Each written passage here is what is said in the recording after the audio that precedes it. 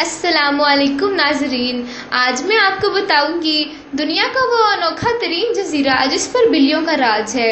हमारे यहाँ गलियों बाजारों में इक्का दुक्का बिल्लियाँ नजर आती हैं, लेकिन अगर आप जनूबी जापान के जजीरे आओशिमा जाएं तो आपको हर जगह बिल्लियों के गोल नजर आएंगे, क्योंकि यहाँ बिल्लियों की आबादी इंसानों की निस्बत 6 गुना ज्यादा है। तकरीबन 1 मील पर मुहित इस जजीरे पर बिल्लियों को एक खसूसी जिम्मेदारी निभाने के लिए लाया गया था और इसी वजह से इन्हें जजीरे पर खुसूसी मुकाम दिया गया है। यहाँ आबाद मल्लाह चूहों से बहुत तंग थे, क्योंकि ये इनकी कश्तियों को बर्बाद कर देते थे।